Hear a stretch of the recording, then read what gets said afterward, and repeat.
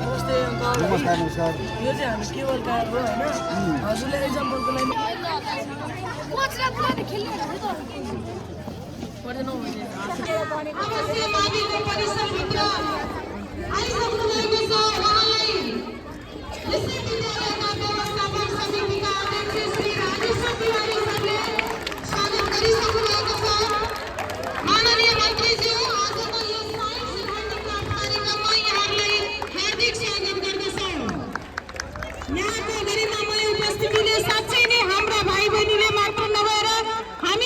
शिक्षिकाजीहरू र विद्यालय प्रशासनले पनि हौसला पाएकै अनुमति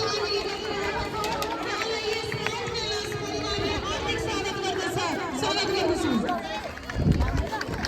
उहाँलाई एकपटक फेरि जोरदार तालीले स्वागत गरौँ।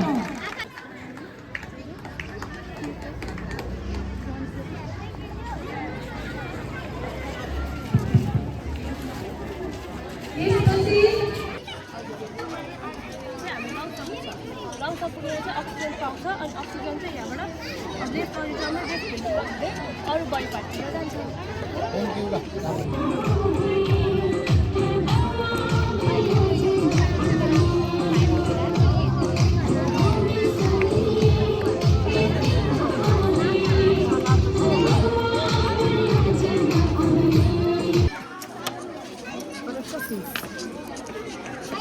ब्याट्री त सिधै जस्तो छ मान्छे स्कुलले जे प्रोग्राम मन्त्री सँगसँगै यसले जाँचलाई असर त गर्दैन भन्ने क्वेसन पनि गर्नुहुन्छ कि आदरणीय अभिभावकज्यूहरू म हजुरलाई यो मञ्चबाट आज के भन्न चाहन्छु भने यो पढाइ भनेको यो 7वटा पिरियड भनेको अब न्यून हुन लागिसक्यो।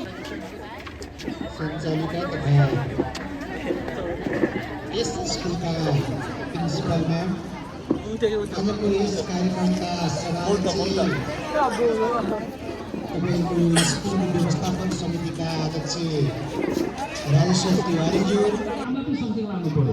र त्यही भएको भएर विद्यार्थी भाइ बहिनीलाई हामीले विद्यार्थीको लागि कस्ता समाधान बनाउन सकिन्छ भएको कारणले गर्दाखेरि केही यहाँ व्यावसायिक भूमिकाएका छन्। भाइ बहिनीले सिकाउनुलाई हामीले र मेन कुरा के हो भने बुद्धि भने के हो भने हाम्रो सभा घोषणा पठाउनु भाइ बहिनीहरूले पनि म त सोचेको पनि थिइनँ यति तपाईँले त्यो सोध्नु होला, भाइ बहिनीलाई सोध्नु होला, यति राम्रोसँग भाइ बहिनी काम गर्दाखेरि कसरी काम गर्नु, पढाइलाई काममा कसरी जोड्ने, मान्छेले के भयो भने गोलपुलिस पहिले धेरै खर्च हुन्थ्यो। यहाँबाट होइन एकैछिन कति 100 150